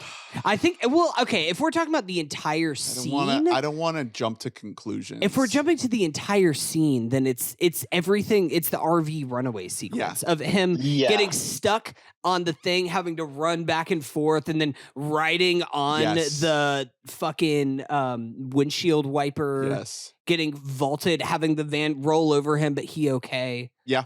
And then I think there's something I have to tell you guys. And then he realizes that he's actually safe. So he's like, I just needed some fresh air. Yeah. Speaking classic of, kids movie thing. Yeah. Hunter, I'll vote for this line if you read it. Oh gosh. No, so I won't read that line. Oh wait, is that the monologue with the fucking basketball kid? Yeah, it's not great. Because that's what I was gonna say. I was gonna say it's that like break moment of where Robin just loses all dadism and goes full like, oh, I'm a character. Yeah. I'm a street performer, dude, and like I'm just gonna people watch and do what I think urban culture is. Well, obviously it doesn't land. Based on the featurette, he did that a lot on set. Like there were so many little clips. Yeah, there's so many clips that they throw into the behind the scenes thing where it's just like he's just going. He's riffing. He did a lot of improving. It also that explains the joke that doesn't make sense, which is the fact that his son is named after Karl Marx.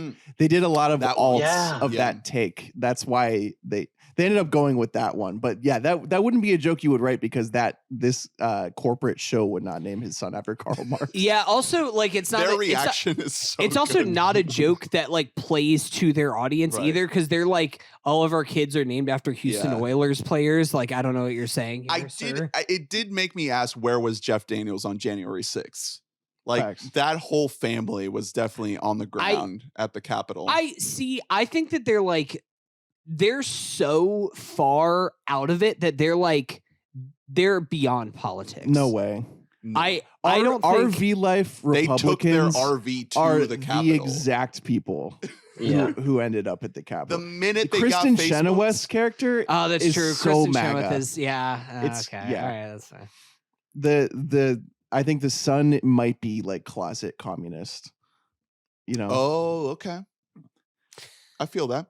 I think my pick has to be the raccoon. I'm just gonna go with that. No, I like that as a Robin moment. You don't see him too much. You just kind of hear him, but just like, all of the energy around that. I think that was good. If I'm not picking the shit, I don't know, like the shit. I think it's an easy pick, I think the shit just is like the best moment in the movie. Which is that might be the category. best scene. That's the next scene, yeah. Yeah, so best moment doesn't have to be a Robin moment. But to me, I think when I think RV, I think shit. I think poop. I think geysers of shit.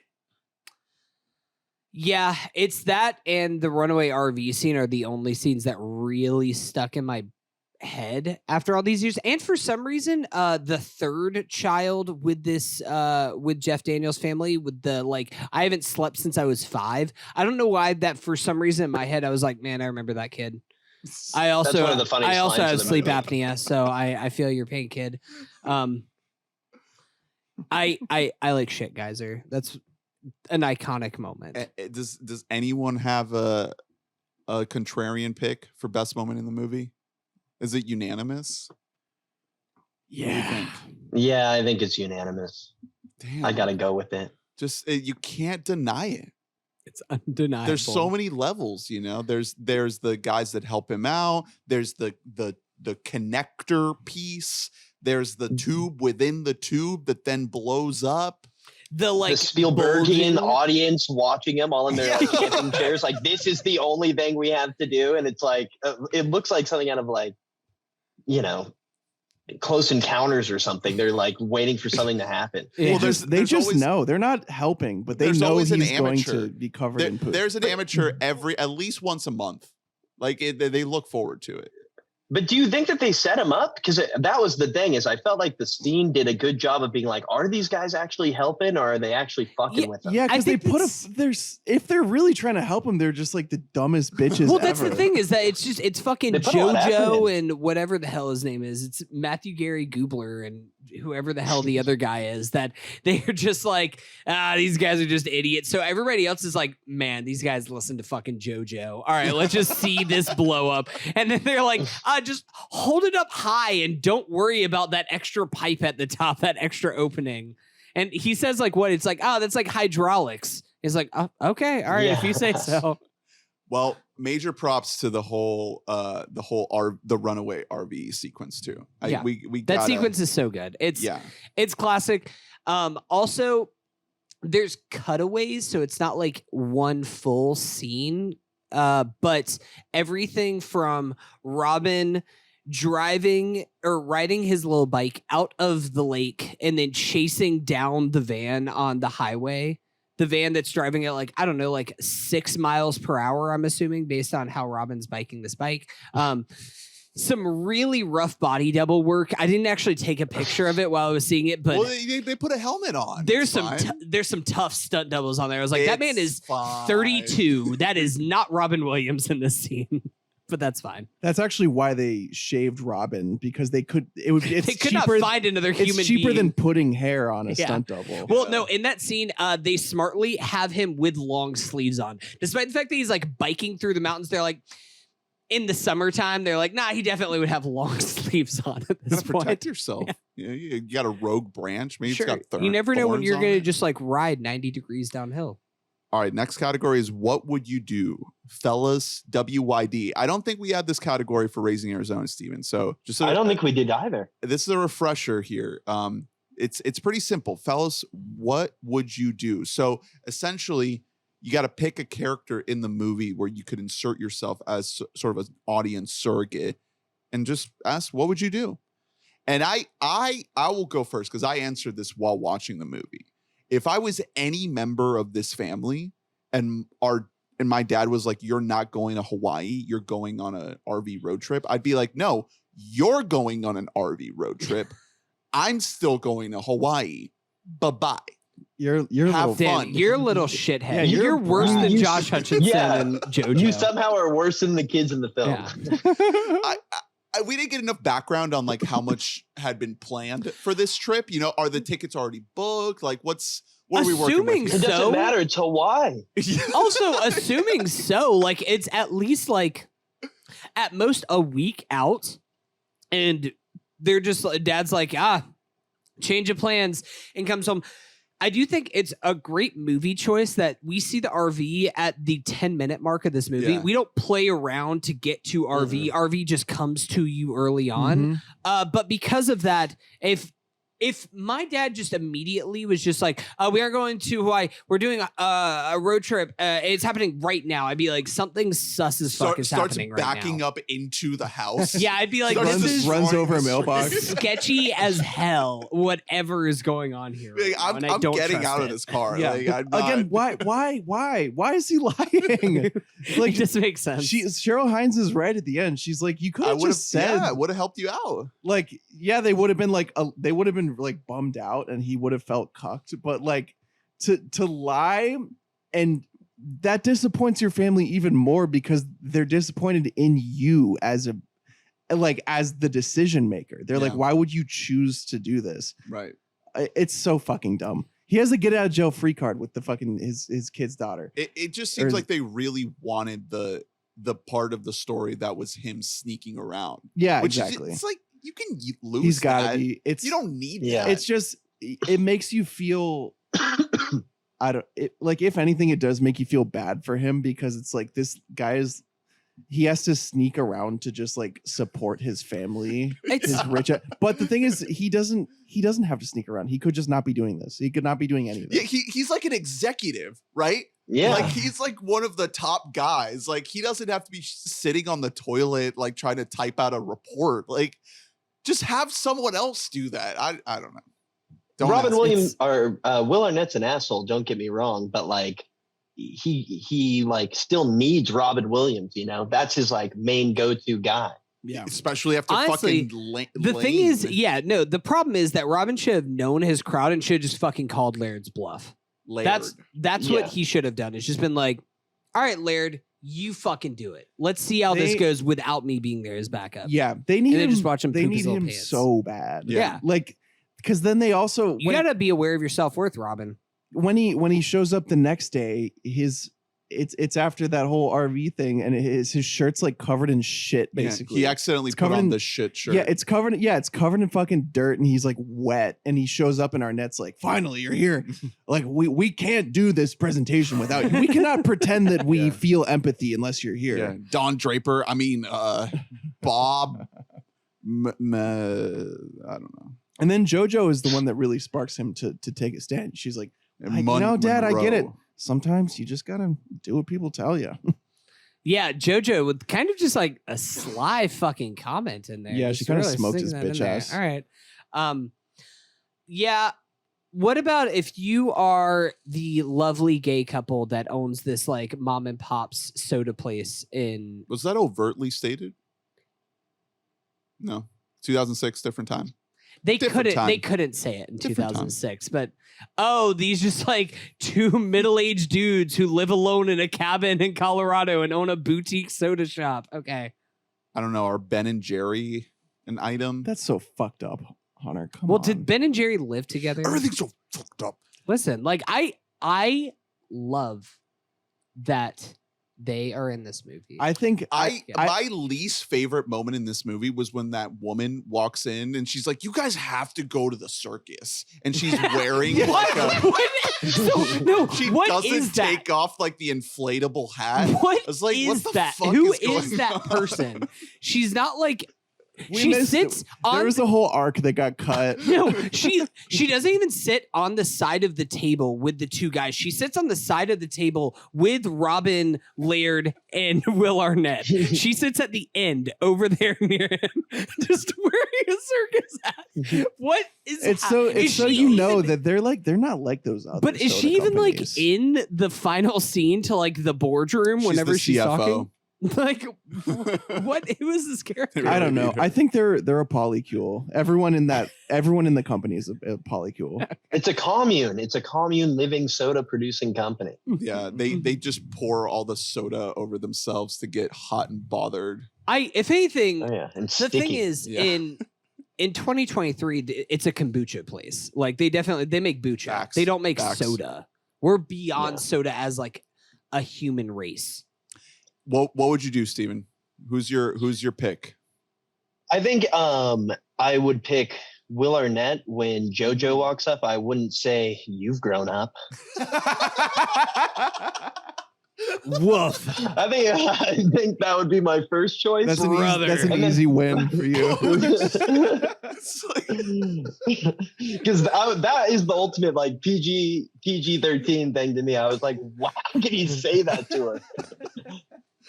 That is that's We that need to might have clip been that. We need to clip that and post it on the Twitter and like at Will Arnett. that might have been a rollover from Barry's porn directing days. Yeah, I mean, it looked like it. Even someone got covered with a lot of liquid. Mm-hmm. This is so Christ. holy shit. Yeah, it's not great for our boy Willie. Conservative business owner rails to environmentalist teens. hippie daughter, hippie stepdaughter gets stuck in the dryer, stuck in the RV. With the raccoons. If I, oh God, It's tough. Okay, well, here's the thing. I to complete my thought, if I was one of the two very lovely gay local soda owners, I would simply not hire Robin Williams because he's good at giving speeches. I Because know that's if you're good all they know about. if you're him. good at giving a speech, that does not make you qualified at all to have a job at all. Also, yeah, and Like, for that's one just of the one two skill. speeches, he looked like fucking dog shit. I would not He trust was covered this in man to be dog like, shit. would you like to be like our third in command? Like, do you Maybe just they want are to be a top commune. exec? You know, maybe they just want to. They're They want a prob- piece of that They're family.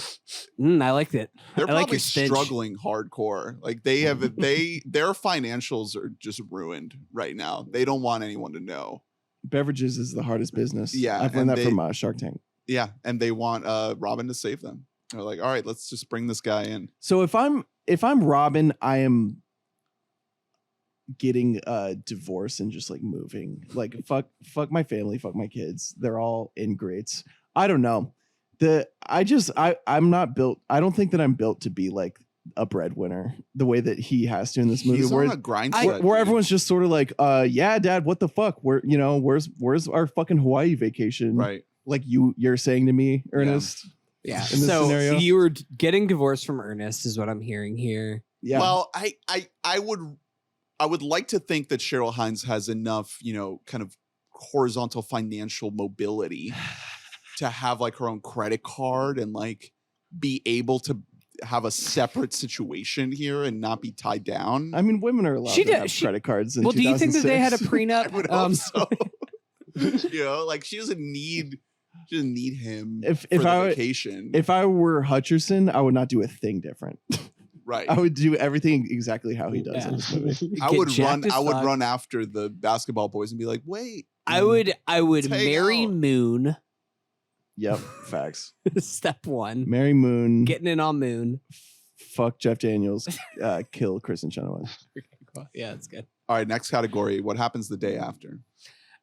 So this doesn't work out for this family. They are definitely city folk who live in like, I don't know, their house looked just, you only see really like one or two actual outside shots of the house. If anything, you might not even get a full shot of the house, but it's really nice.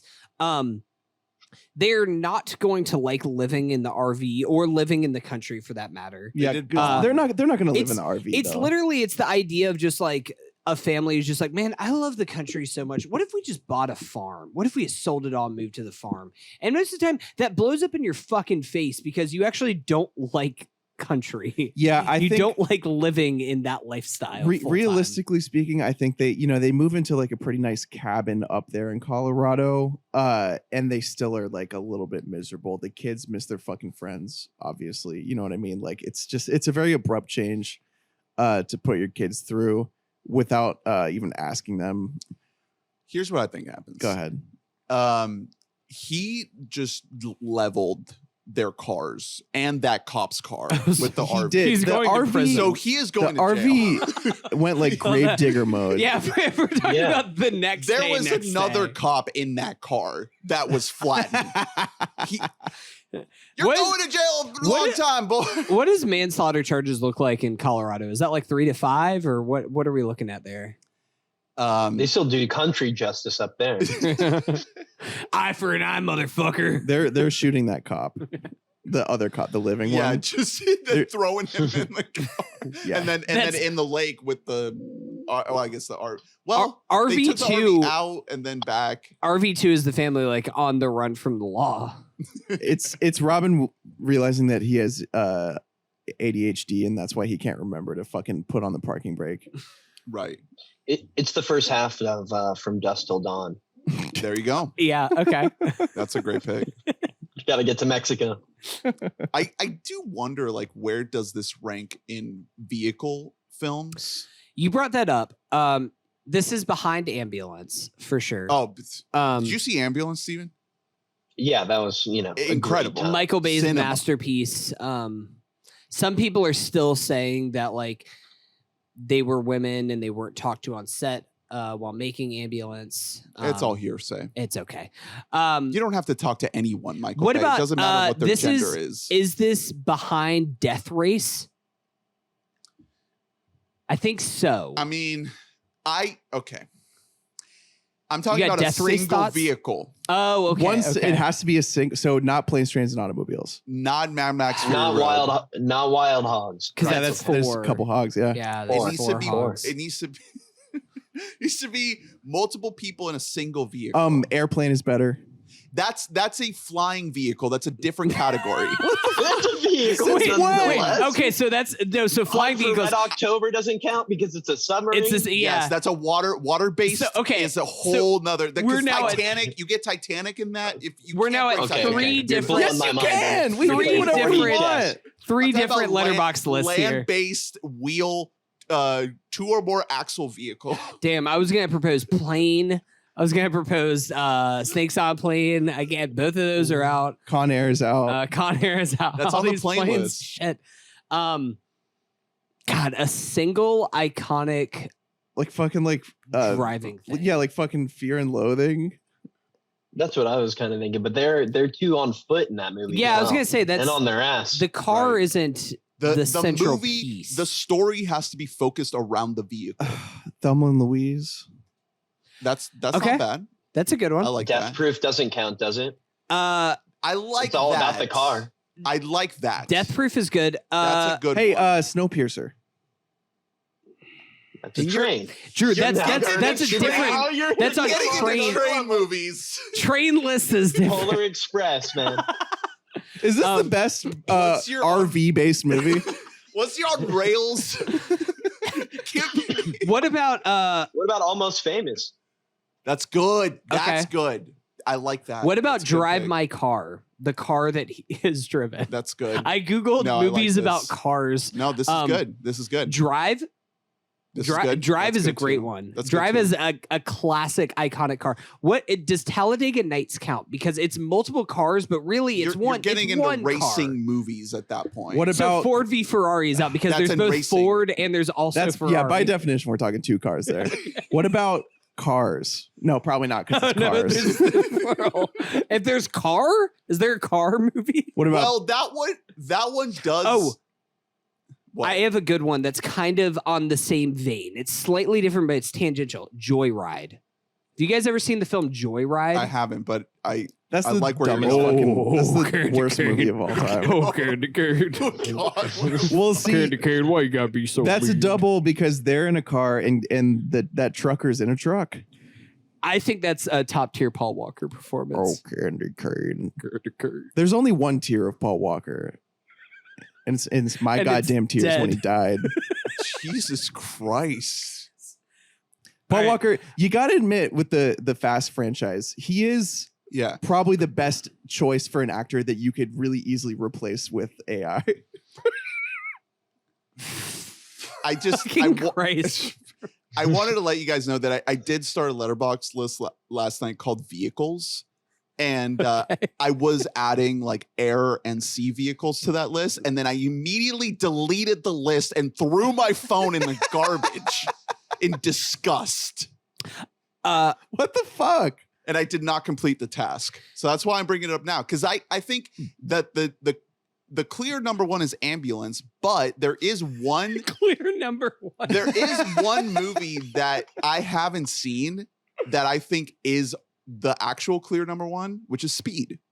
I've never seen Speed. Oh yeah, Speed, and Yeah, I watched it. that is in the same genre as Yeah. RV. Because I what gotta if see what if Speed. you drove fast? Couple others, Smokey and the Bandit. What is this list? I found a Collider Collider? list. Yeah. Oh, Blues Brothers. That's an iconic car. Yeah. They drive that car. Green Book? Hey, What about Baby Driver? what Are there about- multiple cars in Baby Driver? I what can't even remember that movie. What about Titan? Yeah. Okay. Well, no, that's a different list. It's cars that would fuck you. What about Driving Miss Daisy? Well, okay, yeah. So Daisy, yeah, okay. No, racist cars is another list. Okay. Next category. Is this good Robin or bad Robin? This is great, Robin. Yeah, sure, yeah. Yeah. What's wrong What do with you Robin? think, Steven? Good Robin or bad Robin? I think it's dialing it in, Robin, but because I feel like he's like mid-season, like we already locked up maybe a top 4 spot. He's rolling, but at the same time, I think he never misses in an interesting way.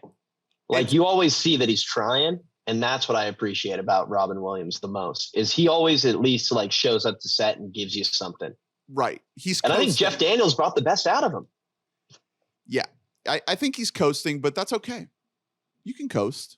You're can getting coast. to, you're getting to the last leg of he forgot to put the fucking wedge underneath the RV. yeah, you that can thing's coast coasting. away, dude. He's going through something, That's all I got to say. I think he's more than coasting. I do think he dials it up a bit in this movie. Where there's going to be some of these coming up where, like, Robin is good in it, but in Night at the Museum, like, what is he really doing? Like, he is in almost every major shot of Right. this movie. He's the lead. Yeah. He is like the unassailable Robin Williams above the title card lead. Right. And I think that he's good. in Night that. at the Museum is like load management. Kawhi, LeBron, or, Yeah, you know, it's like just it's Rodman, perfectly where he's- deployed. Yeah, where it's he's like shit, all right. he's only playing like 12 minutes in Yeah. that. All right. How many Robins out of 10? This is mid. Steven, it's like for a this 5. for this category, it's not about how good it is. It is how Robin it is. And there's two scales of Robin to weigh this on. One is like how insane, wacky, genie in Aladdin he is, balls to the wall, and the other one is how like lovable he is, and like how The much of warmth. like that like father, fun uncle figure, that warmth that he gives. I'd probably give it like a 6 or a 7. I think he nails those emotional beats with the kids. I think he, does the wacky shit. He gets covered in shit. He puts himself in some physical comedy. And I think that, despite the stuntman use, I think he gives a pretty solid Robin performance. He's at least like the lead, and he's obviously like literally playing a father.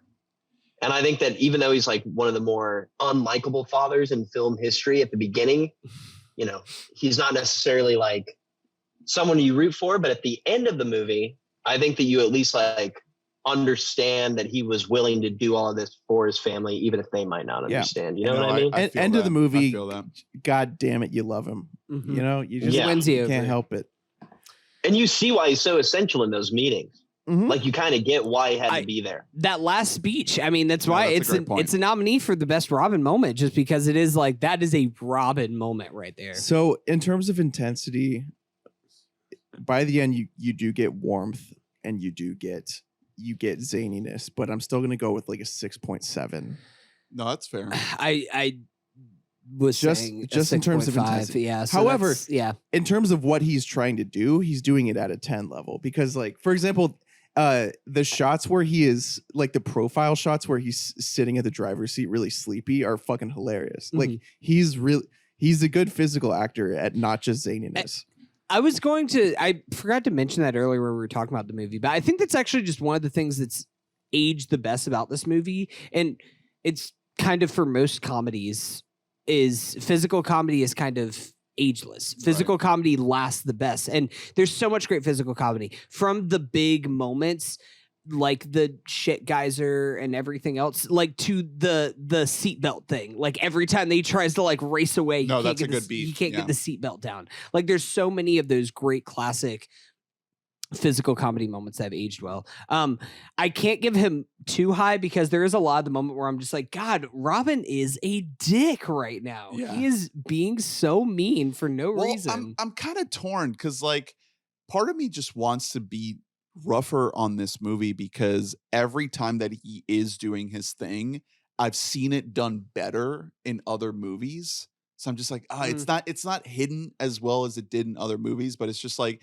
in a vacuum, if you are trying to just get like a solid down the middle Robin movie and you put this on, you're gonna get good stuff. Yeah. You know, if you haven't been watching 20 something Robin movies leading up to this, it's gonna be good. You know, you have to put it in that context. So I am kind of torn, but like on the other hand, just overall the movie, I can see why it didn't hit at the time because it is kind of nasty. It is kind of like rough around the edges. It is kind of jagged. And I do think it is because some of the stuff that he's doing is not quite hitting just right. It's like it's just slightly off the mark. But it's not a misfire. Like it's not. I like the movie, you know. I don't think it's anywhere close to being one of the worst movies we've covered in the series. So a 5 feels low. 5 feels low, but maybe like a strong 5 to 6. Okay, last category. Recaging couch. Where is Nicolas Cage in this movie? Jeff Daniels. Okay. Wow. No, that's I mean, good. that's if good. we're He good. plays the funky other father. Yeah. Let's get him dialing in Raising Arizona Nick Cage in this movie. That's good. That's good. I like maybe one of the poop guys. One of the Yeah. Oh helpers. man, as one Yeah, I scene, had him Nick as a Cage is poop guy. dialing it up to like 100. I don't want to take Will Arnett out of this movie, but he would be great as the boss. Yeah. Um, I never misspelled anything, not once. Not one time. what if Nick Cage is Laird? Nick Cage in there is Laird, just doing the voice from G-Force, the mole voice. nodes.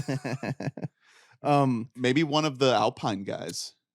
No way. I had him as a poop guy for sure. That's an easy pick. If you just threw him in there as a poop guy, you don't even need two of them at that point. Nick Cage can be the lone poop guy. He can carry the weight. Yeah, just give him the Con Air hair, and he'd be excellent in that role. Absolutely. Or as just the guy on the side of the RV, the picture. The picture of him. If that was Can just we get Nick Cage to direct this movie Yeah, just so yeah. that he could put his face? I have him inside as of the it? director.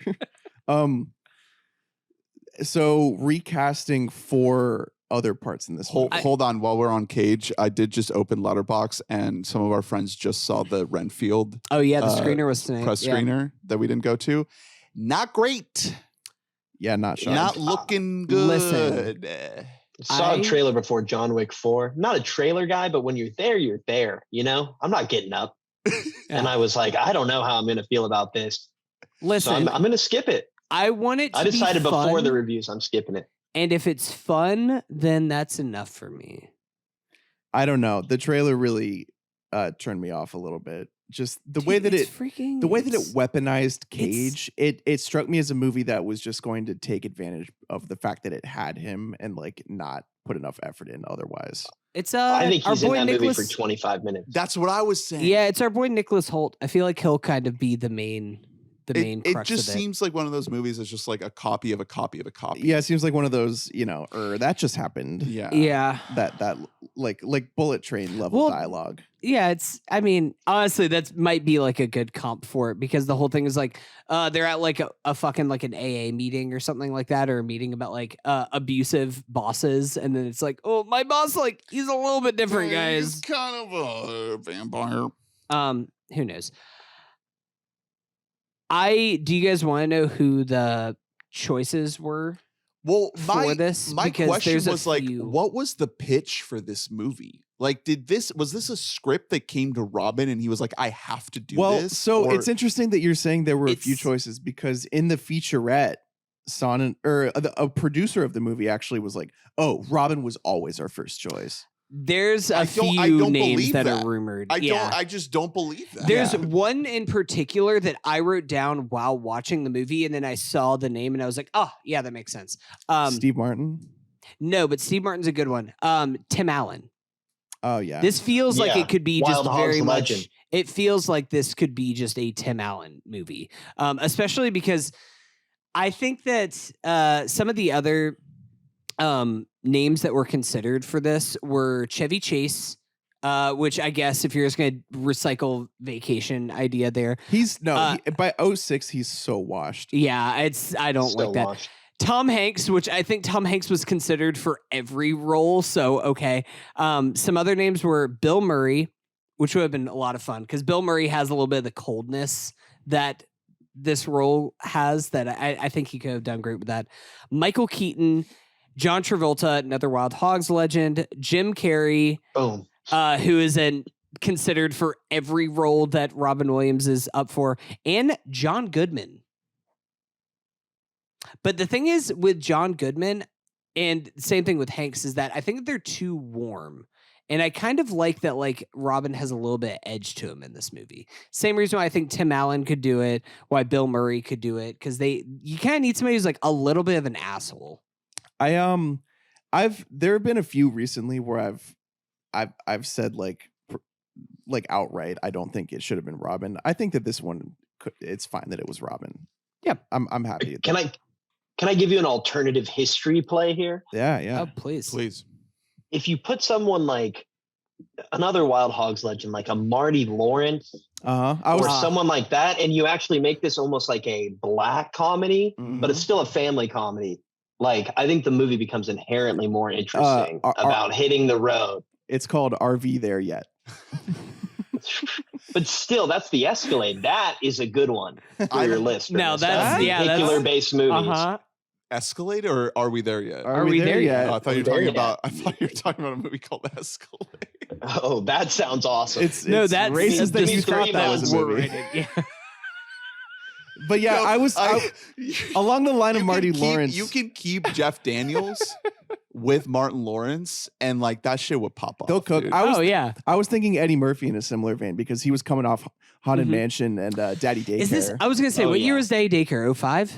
Yeah, it was before that. 04, 05. This so, yeah, writer, writer wrote Daddy Daycare. Really? So he could have pulled him in. Daddy Daycare rules. I love that movie. This writer did not do. This writer shit. is like Mr. like reads blank check once. Yeah, Geoff Rodkey. I guess he did work on Beavis and Butthead. Okay. Slay. He sounds like he might have previously worked on his pornographic work with a name like that. Yeah, he was picked for the role because he was a legend in Barry's films. Rodkey, he's unlocking that pussy, baby. He's like, I swear, man, I can write too. I don't just have this humongous cock. He does Daddy Daycare, Shaggy Dog, the fucking cursed Tim Allen. My God, I forgot about dude. These are all porno titles to me. That is one of the most horrifying movie posters ever of the human eyes in this Tim Allen. dog. They're like, what if we gave this dog Tim Allen's eyes? What's with all these guys playing animals during this era? Like the next 5 years, it's like all the old comedians. It was so like hot. Started dialing in. They were remaking a lot of old. I think Shaggy Dog was a remake of an old movie. They were doing a lot of that in the early 2000s. We were just talking about this with Yours, Mine, and Ours. Yeah, last night we watched the entire DVD featurette for Yours, Mine, and Ours, which was like long as awesome. absolute hell. The guy started getting freaky with it with the transitions. Yeah. It just a couple of wipes. No, it was like twirls, some dissolves and shit. Just like imagine like if they gave me iMovie, and that's all I had to work with. Imagine if you just put in the Yours, Mine, and Ours DVD, and there's like 11 different things to click on, and you just like rip all of them, but then you like fast forward. Yeah, you're like, anytime there was like a boring part, the guy would just go like, zip, zip, zip. It became like a David Lynch movie because it would have these weird transitions that would like slow down, and then the audio would cut out. Yeah, and it would just be like children like looking at you. It was great. Big recommend. But yeah, that movie. Drake Bell could not keep his hands to himself. Man, Annie. brother, yeah. So we found out though that night that that movie is based on a 60s Lucille Ball joint. It did not click with me. Did this click with you, Hunter? Yes, this is crazy. Pizza? In Licorice Pizza, Mr. Valentine, little boy, is in Yours, Mine, and Ours. The original. Yeah, when like he's doing like a talk show appearance where him and all the kids are in like the bunk beds and they get out and do the musical number. There's a clip of Lucille Ball doing the exact thing on a talk show. I did not know that was a Yours, Mine, and Ours. We found this out last night. You've seen Licorice Pizza, right, Steven? I was in LA opening weekend. Yeah, no, you're Paul was there at your screening. I wish I could see that motherfucker wearing sunglasses during a movie. You know what I mean? I would have been shocked if you had said no to that question. What was I thinking? Boogie Nights. We got pool boy. They set up a pinball bar next door, free drinks, free T-shirts. Come on, they hit the merch. Oh, of course, man. How did that movie not hit with the Academy? Come on, guys. But that scene, that opening, or not opening scene, but one of the first scenes is a perfect recreation. That you can go on YouTube, and if you just look up like Lucille Ball. I think I found it by looking up Lucille Ball Licorice Pizza. Yeah, that's what you looked up. Yeah, and it's like the first clip, and it is pretty much exactly the same thing you see in the movie. Yeah, weird shit. Anyway, do we have RV should have been recreated in a Paul Thomas Anderson movie? Is that what we're saying? Let's do it. Who we casted as Robin in a PTA version? Tom Cruise. No, let's get Adam Sandler back. Okay. No, I think Tom Cruise would be sick. Tom Cruise would one of his final films with PTA. Let's go. That's how we'll get Tom and Oscar. We gotta do it somehow. He's killing himself soon. He's definitely going to die. He's suffering that Steve Irwin death. You know what I mean? Yeah. There for the content. Impaled. He's suffering. Yeah. It's like, damn, did you see Tom Cruise? He just free jumped out of space. He just was like, I want to become a comet. Yeah, he does like ground control to Major Tom. Yeah. They're like, Tom. wait, he would never forget his parachute. All right, I think that's it. I think we did it. Yeah, we drove it. RV home. Thank you so much, Stephen, for coming on. Any last thoughts on RV? Any last thoughts on anything? You mentioned John Wick 4. Is that the best movie you've seen this year? Anything else you want to let the people know? That's a thing I haven't even considered. John Wick 4 was a great time at the theater. I saw it the night the Mario Brothers movie came out. Nice. So I got there at about 9:15, 2 frozen margaritas in hand from the theater bar. Oh, Next thing I know, I'm seeing kids in Luigi hats coming out, and they're talking, and you know what they're doing? They're spoiling. I almost had to tell these little motherfuckers to shut the hell up. You should have. Woohoo! I was pissed, but all in all, it was a great flick. The only thing I have to really say about RV is, I feel like they had the same cinematographer as Seinfeld, because goddamn, that green screen out of that RV was terrible. It is rough. Bad. It's really rough. I couldn't believe it was 2006. I was like, what is going on here? But it's all forgivable. It's a great family ride. I feel like I had a nice road trip with you boys today. Mm-hmm. And there's nothing I could say, but Thank you for having me on. And if you check me out on Letterboxd at Stephen Baker 8, it'd be much obliged. Ooh, love it. Love that shit. Cooking with heat. You're so mint, baby. You are so mint, baby. I'm money, baby. He doesn't even know. You're so money and you don't even know it. I'm aware of it. I fuck it up? It's money, right? Yeah, it's mint. What is mint? Is Super 8. Oh God. That's what I think of. I need to rewatch Swingers. I need it more fresh in my mind. If you do, you got to text me. That if you ever want to draft or do any sort of like best friends in movies, Vince Vaughn is up there. Double Down Trent is an all-time best friend in a film. That's actually Crashers. That's actually a great idea. Yeah. Speaking of buddy movie draft, this guy's Letterboxd top 4 fucking Boogie Nights and Swingers. Yeah, right. Oh yeah, that's right, baby. Swingers is it. Love it. I need to just let you know next time I'm up in Vegas and you can just come there. We can just play blackjack all night. Just live our best swingers life. We're going to the Tiki Lounge. We're going to pick up a couple of waitresses. I'm going to not text my girlfriend for a couple hours. Don't stressfully do when we leave and not pick up. All right. Thank you all for listening and watching. Please rate, review, subscribe, like, and comment, and let us know your thoughts on RV: Runaway Vacation. Thank you. Okay. Check out weboughtamic.net for every episode delivered in your inbox. Join the Discord. Donate. Thank you, beautiful donors, for donating. Hunter has a. I'm pulling up. It's well, we were talking about Men in Black 2, and I remembered that one of my sexual awakenings was Larry Flynn Boyle in Men in Black 2. Lara Flynn Boyle. No, Larry was actually Johnny Knoxville's character in Men in Black 2. So are you saying that the Kristin Chenoweth cinematography was inspired in part by the Lara Flynn Boyle just walking into Men in Black headquarters and like taking off her thing and everybody being like boy yoing, and then like little snakes come out or whatever the hell happens in that movie. We used to be a proper country. The hottest thing on earth used to be having like A cups. There's like nothing happening here. Next week, Man of the Year. Of the Year. What if a guy ran for president as a joke and won? Mm-hmm. We asked the question as Donald Trump is taken into prison. Also, Air. What if there was a shoe? Mm-hmm. What if we bought a shoe? We bought a shoe. Also, Beau is Afraid. Beau is Afraid. You stoked for Beau is Afraid, Steven? I gotta get my. Is that next week? Well, we get to see it a little early. No, I think for you. I think for you guys, it's fuck you. I think for LA, it's next week. Oh, okay. I'm in San Francisco, baby.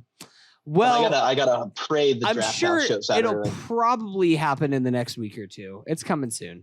I don't know. I don't even know what to expect. I might traumatize myself this weekend and just watch Hereditary and Midsommar like back to back. God. I'm They down. just like crawl into Well, a both hole. of them are amazing. Midsommar, I've now seen probably close to like 10 times. Christ. Let's That movie's let's so watch those fucking back. deranged. Let's watch I've those watched back the to back in the director's cut. closet living room. The director's cut of Midsommar is just like 10 out of 10 excellent. I have a take, Steven, that movies should be longer. I think that movies aren't long enough right now. I think that movies, if you are an auteur in my mind, your movie should start at 4.5 hours and only And go you longer wi- from there. Are you trying to make a Netflix miniseries? No, a but la it's one Quentin movie. style out of it? It's just one. One movie? I heard that Martin Scorsese's his newest film, Killers of the Flower Moon, the Flowers. first cut of it is Yeah. 4 hours, and I said, yes, thank you, sir. Thank you, Mr. Martin. I appreciate that. Well, that is cinema, brother. All right, the RV is here. We're hopping on. We're going on a vacation. Dad is We'll be rolling back. away. We'll be back next week. Thanks again, Steven. Godspeed. Anytime. Bye. Bye. Bye.